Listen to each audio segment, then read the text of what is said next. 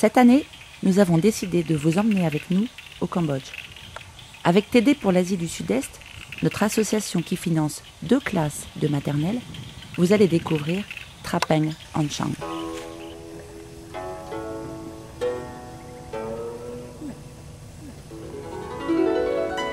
Le Cambodge, magique et mystérieux. Vous connaissez ses rizières, ses pagodes, ses ébus qui rentrent au coucher du soleil, son histoire terrible.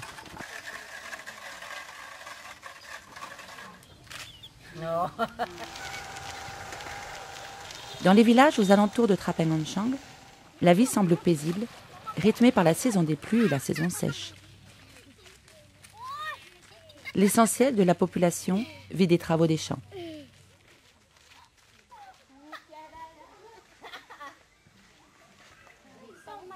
Quelques-uns travaillent dans les usines de textile, à quelques 15 ou 20 km de chez eux. Chaque matin, les camions emmènent les ouvrières confectionner ce qui nous habillera la saison prochaine. Tout le monde travaille au Cambodge. Les plus âgés gardent les petits et font les travaux des champs. L'agriculture khmer est inconcevable sans ces rizières. Les méthodes sont encore ancestrales, les rendements peu élevés, les filières inorganisées.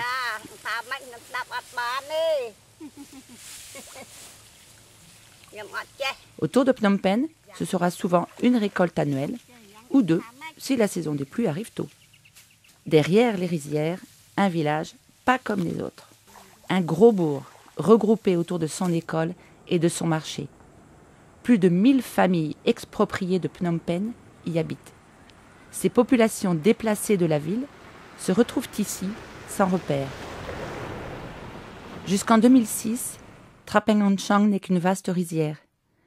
Dans le courant de l'année 2006, les premiers habitants expropriés de Phnom Penh arrivent.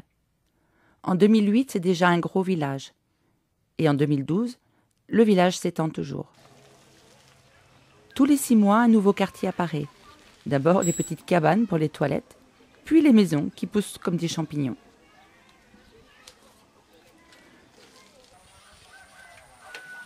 Toute nouvelle famille qui arrive au village a le droit à une petite parcelle d'environ 60 mètres carrés. À elle d'y construire ce qu'elle veut comme maison, en fonction de ses moyens. Les constructions sont faites de briques et de broc. Parfois de briques, souvent de broc. Le matériau le plus fréquent reste la tôle ondulée. À défaut, le bois, les bâches tendues par des ficelles, font office de toiture.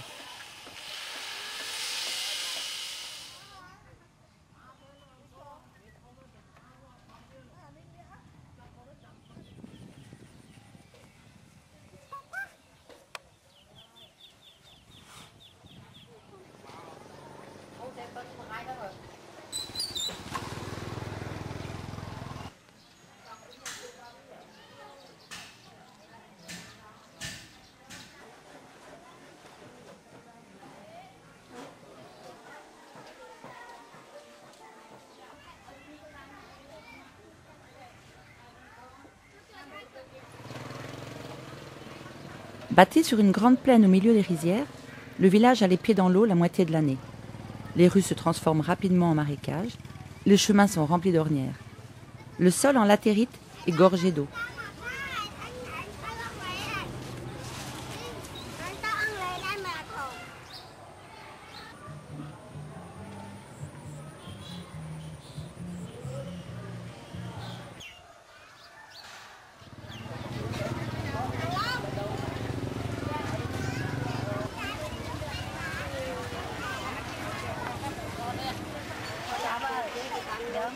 Le marché est au cœur de la vie du village et toute la vie s'y concentre.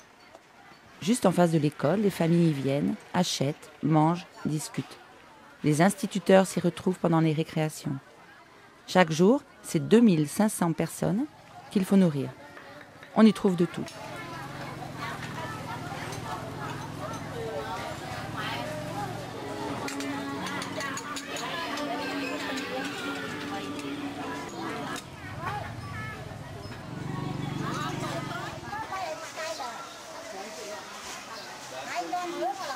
Rien n'est perdu ou presque à Trapeng Onchang. Le ramassage des ordures n'est pas organisé. On fait des tas, on les brûle la nuit venue, après que les animaux se soient servis.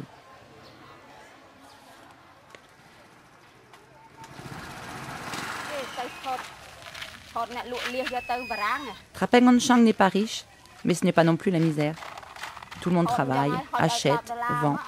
On transporte de tout par tous les moyens, des balais aux coquillages d'eau douce.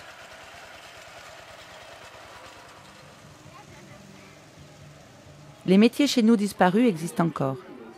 De la coupeuse d'ongles au coupeur de glace, le coiffeur indispensable à la coquetterie des Khmers, et tout ce qui permet de construire ou agrandir sa maison.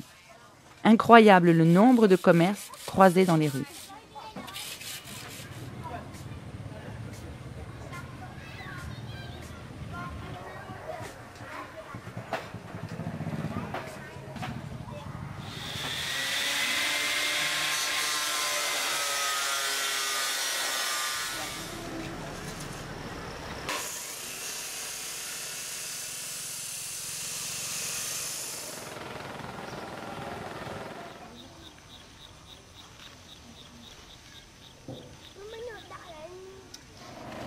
Au Cambodge, on vit peu dans sa maison, trop petite. Tout se passe dans la rue. On y pêche quand on n'a pas les moyens de s'acheter à manger. Ça tombe bien, c'est souvent inondé. Et les fossés sont pleins de crevettes, poissons, grenouilles.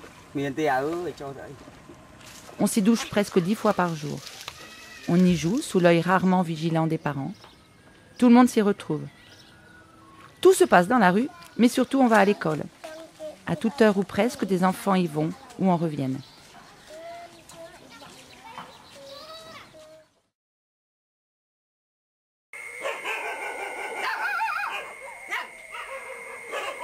C'est déjà l'heure pour Sop de sortir de la moustiquaire familiale et de se préparer.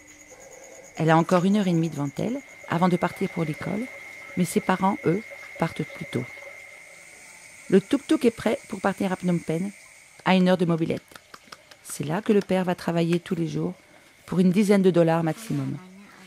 Quant à la mère, elle s'apprête à partir à l'usine dans les camions de ramassage pour une 60aine de dollars par mois. Il est maintenant 6h30 et le marché grouille de monde. Le petit déjeuner ne se prend pas à la maison. Il se prend tout le temps et partout.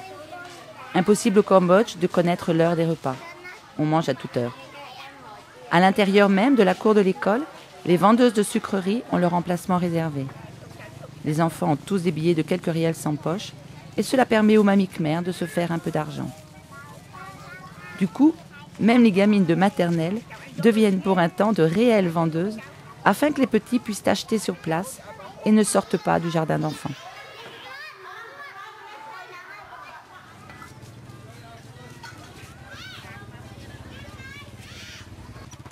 Il est presque 7 heures et les enfants finissent d'arriver à l'école. La cour se remplit rapidement et les petits de maternelle rejoignent directement le jardin d'enfants que l'association a installé l'an passé. Cela permet aux institutrices de ne pas courir derrière ceux qui veulent échapper à l'école. Pendant que certains finissent de jouer, les plus grands attaquent le nettoyage des classes et de la cour. Les aînés sont chargés de mettre les plus jeunes en rang et à la baguette.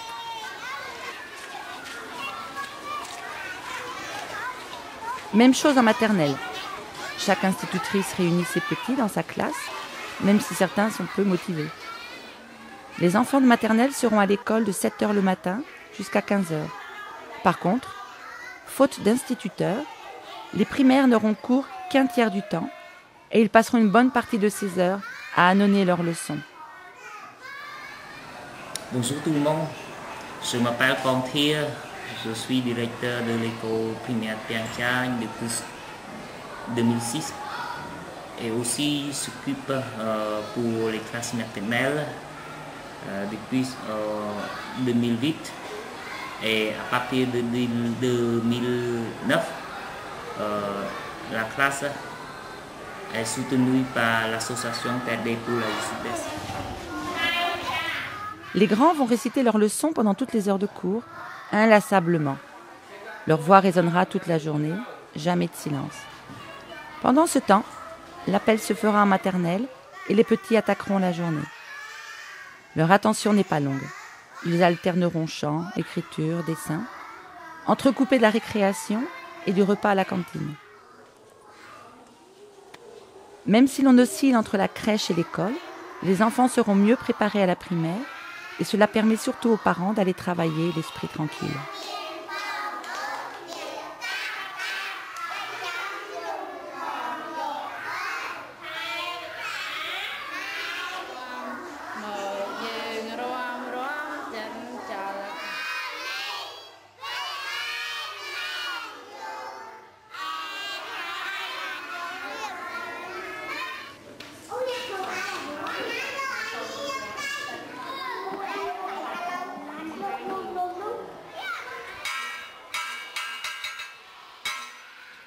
Au bout d'une heure et demie, c'est déjà la récréation.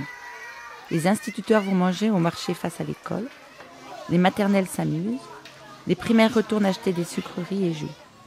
La récréation est longue au Cambodge. Encore un peu de travail pour nos petits et la fin de la matinée s'achève déjà.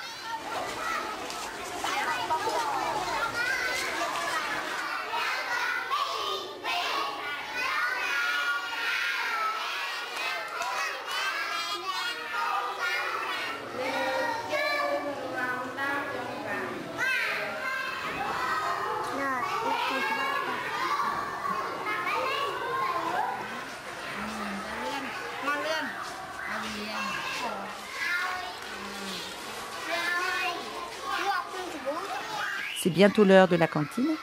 La cuisinière est déjà à sa grande casserole où chauffe la soupe qui accompagnera le riz. Nous finançons 70 repas chaque jour, ce qui représente 3/4 de notre budget mensuel. Les enfants sont sûrs d'avoir au moins un repas équilibré par jour.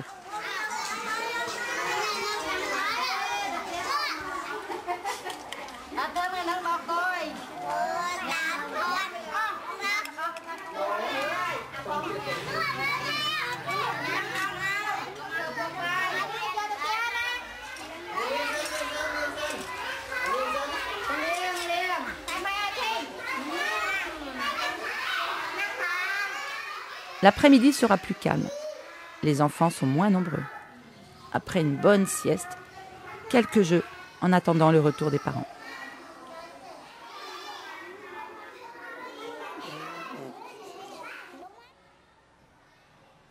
Et jusqu'à maintenant, le nombre de familles est très augmenté parce que maintenant on a l'électricité, on a l'eau potable, donc la vie s'est un peu améliorée. Et jusqu'à maintenant, le nombre de familles est presque 1000 familles. Et dans le mois novembre, à la fin de ce mois, et il y a encore presque 250 familles encore. Il reste encore des nouveaux qui viennent s'inscrire. Même la classe maternelle, les enfants augmentent aussi jusqu'à 107 enfants. Donc il y a beaucoup de bruit, mais nous sommes très contents d'avoir d'enfants dans la classe comme ça.